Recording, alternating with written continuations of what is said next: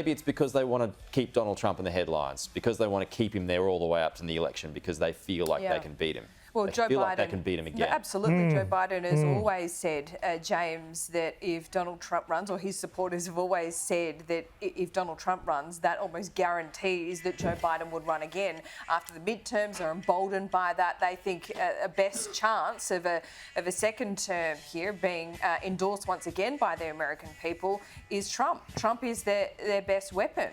What do you think? By the way, have we heard from Joe Biden in any substantive way since Friday and these charges were laid? That is telling.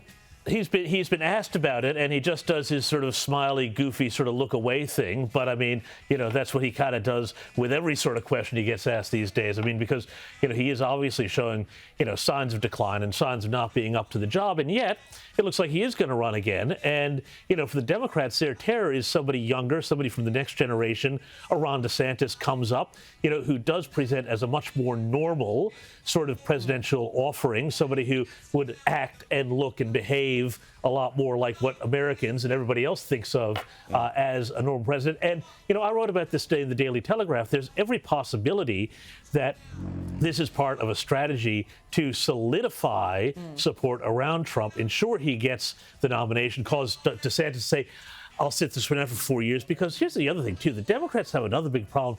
They don't have much of a bench. Gavin Newsom in California.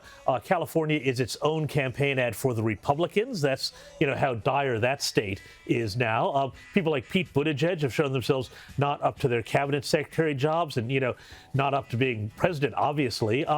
So, yeah, there's every possibility that they really want to keep this alive because getting Trump out there front and center is the best prospects they have for getting a decaying Joe Biden over the line. Not going to be Kamala Harris, James? Not going to be Kamala Harris. I'm sorry. Ha, ha, ha. We don't love to see that great laugh for 4 years. Not.